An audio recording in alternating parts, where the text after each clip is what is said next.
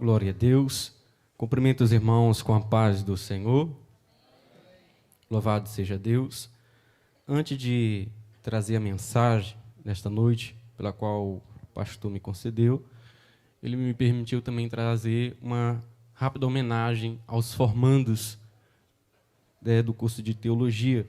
Eu quero citar aqui uma frase de Carlos Augusto Vaillanti e citar um dos 10 mandamentos do teólogo.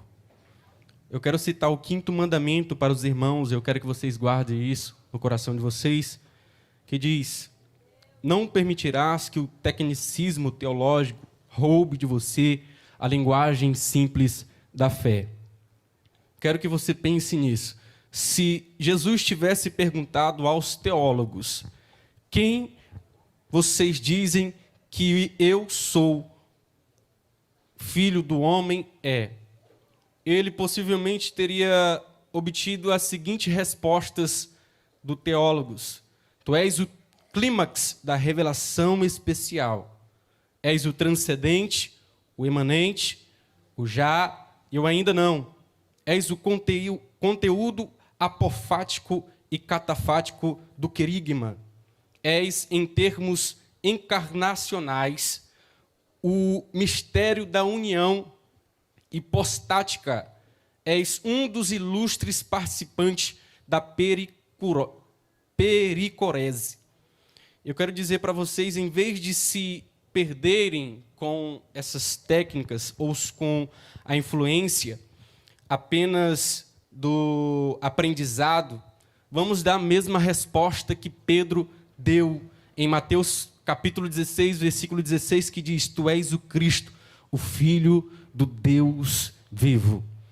Isso eu posto e falo com cuidado para que nós não podemos tornar influentes apenas no cibolete da técnica da teologia e se tornarem analfabetos chibolete simples da fé.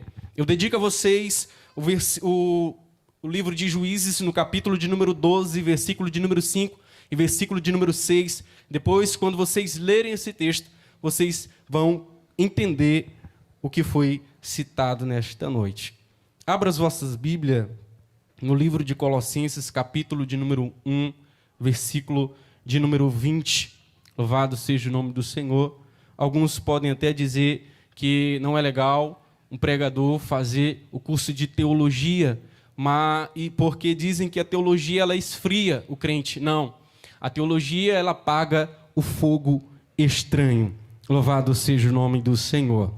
Colossenses capítulo 1, versículo de número 20, diz assim: e por intermédio dele reconciliar-se consigo todas as coisas, tanto as que estão na terra quanto as que estão nos céus, estabelecendo a paz pelo sangue vertido na cruz. Louvado seja o nome do Senhor. Quero trazer um breve tema a esta mensagem com a mensagem da cruz. Podemos observar que o maior evento já vivido em toda a história da humanidade, ela foi a crucificação do Filho de Deus. Através deste evento, a cruz se tornou notório e o símbolo de uma grande vitória para todos aqueles que seguem a Cristo Jesus. Mas, entretanto, podemos observar que a cruz em si mesma, ela não tem nada de louvável. Não tem nada de louvável, pois ela foi somente um método de pena de morte usado pelos romanos naquela época. A cruz foi para os romanos o que a guilhotina foi para os franceses. A cruz foi para os ingleses o que foi utilizado como método de pena de morte, a forca. E ela também é o que foi utilizado para os americanos, que utilizaram a cadeira elétrica. Então, a maior crucificação da história, ela foi pregada na cruz do Calvário. Ao mesmo tempo, 6.000 pessoas foram crucificadas. A barbárie ela aconteceu em Roma no ano de 71 antes de Cristo, Na época, Roma ela era uma república, mas ela estava em crise. E alguns generais, eles ameaçavam o poder do Senado. E um deles, chamado Sila, ele se autoproclamou ditador em 81 a.C. Outro elemento que jogou mais lenha na fogueira da República foi a Terceira Guerra Civil, uma revolta de mais de 40 mil escravos que aconteceu naquela época, liderados pelo gladiador espartano, que começou em 73 a.C., durou cerca de 2 anos. Mas a horda de escravos, ela começou como um pequeno grupo, de cerca de 70 gladiadores ali fugitivos, e cresceu até formar um aglomerado de milhares de homens. Alguns vão calcular que era cerca de 200 mil escravos rebeldes no total. Mas todo aquele bando iam saqueando as cidades romanas pelo caminho, abatendo de frente com o exército romano daquela época, até encontrar um general chamado Marco Licínio Grasso, que aniquilou todos os rebeldes em 71 a.C. E como punição, ele usou cerca de 6 mil homens crucificados para dar a eles exemplos. Em apenas um dia só, todos eles foram crucificados. Então a crucificação era a pena de morte física e o tipo pela qual Roma utilizava para aqueles que não eram cidadãos de Roma. Acredita-se que o método tenha sido criado na Pérsia, sendo então trazido no tempo de Alexandre em 300 anos antes de Cristo, para que o mundo ocidental, onde eles foi copiado pelos romanos, que aplicassem também essa pena de morte, e foi também aplicado em um homem pela qual nós pregamos e é conhecida por toda a história da humanidade, chamada Jesus Cristo de Nazaré. O que torna notável é o fato de que nela foi crucificado o Cordeiro de Deus, aquele que tira o pecado do mundo. O evento do Calvário, ele é um quadro onde o retrato de que toda a história da civilização humana, ela se tornou então a história antes de Jesus, e depois de Jesus está ali a história do universo. Está posto ali no evento da cruz do Calvário, pela qual marcou o coração de todos os cristãos e todos aqueles que defenderam a sua fé, que morreram por Cristo Jesus. Eles foram alcançados pela mensagem da cruz do Calvário. Quem eram os soldados? Eram apenas a representação do Estado naquela época. Ou seja, era o Estado que estava lá no evento da cruz do Calvário. Eles viram, eles participaram.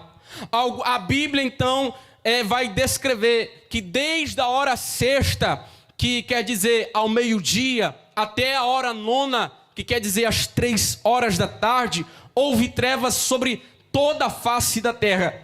A natureza, o espaço sideral estava sendo mobilizado, sendo movido e mudando toda a sua trajetória, todo o seu curso natural, por causa do Calvário, por causa daquele que estava pendurado no madeiro.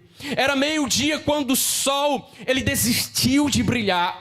Era meio-dia quando as trevas, ela então decidiu escurecer todo o cosmo. Se pudessem falar, se pudessem comunicar, talvez certamente eles prontamente diriam: por que se comportas assim? E então eles prontamente diriam: porque Jesus Cristo está no Calvário. Mas não apenas o universo, não apenas as estrelas, não apenas as estrelas que curiosamente começaram a brilhar ao meio-dia, e também as coisas inanimadas que começaram a se vibrarem, começaram a mexer as suas estruturas, estruturas pela qual os olhos não conseguem ver. A Bíblia vai dizer em Mateus, no capítulo de número 27, versículo de número 51, dizendo: eis que o véu do santuário se rasgou de alto a baixo.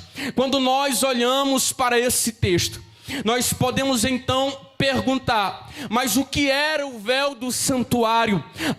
Nós podemos então dizer que é somente um pano, é um linho retorcido, mas havia ali um detalhe. Qual? Jesus Cristo estava no Calvário.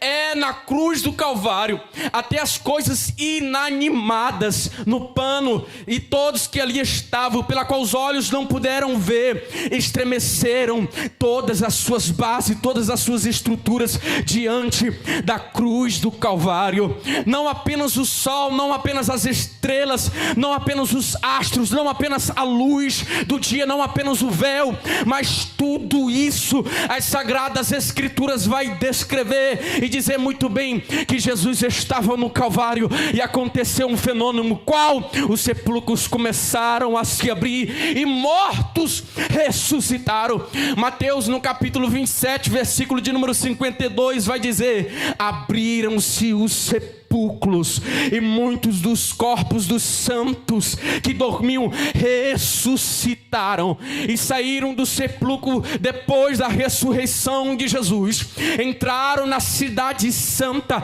e apareceram a muitos.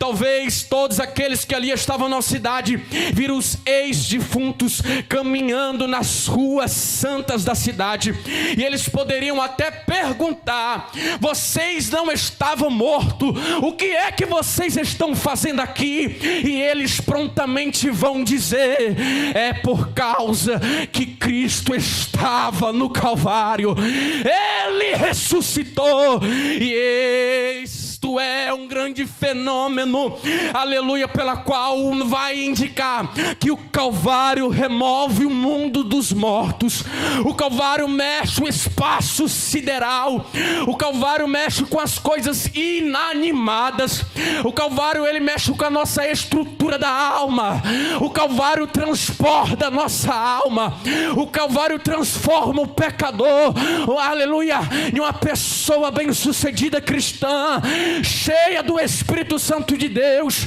Pega alguém que está lá na sarjeta, alguém que se prostituía, que ficava nas drogas, purifica de todo pecado e transforma em uma homem são. Somente a cruz do Calvário. Irmãos, é interessante, já vou terminar, que o relacionamento de Deus, entre Deus e o homem, ele é quebrado lá no jardim do Éden. Deus então expulsa o homem do jardim. Então Deus coloca querubins no oriente do jardim do Éden, para que ele possa ser guardado o caminho da árvore da vida. Mas quando olhamos para a mensagem da cruz, nós vemos que é uma mensagem poderosa para apagar, aleluia, um passado de vergonha, de angústia, e também de escrever um futuro de realizações. A cruz restabelece relacionamentos humanos, a cruz ela transforma o homem, a cruz ela muda o nosso interior. Eu quero que você olhe para dentro de si e comece a pensar, aleluia, nas histórias que você teve anteriormente, o que você era antes e o que você é depois que a cruz do Calvário ela tocou em teu coração, depois que a cruz do Calvário impactou a tua alma, depois que a cruz do Calvário tocou em nossas almas, nós esperamos grandiosamente e temos a convicção da esperança que em breve Jesus retornará para buscar a sua igreja. É aí que a igreja vai dar um brado de vitória. Tchau, tchau pecado, tchau, tchau dor, tchau, tchau tristeza, tchau, tchau morte. O Cordeiro me chama, o Cordeiro me chama. Em breve nós reencontraremos com Ele na glória. Quem acredita nisso, quem acredita nisso, levanta a mão e glorifica o nome do Senhor. Louvado seja o nome do Senhor. Esta é a mensagem que Deus colocou ao meu coração. A mensagem da cruz transforma o nosso eu. Glória a Deus.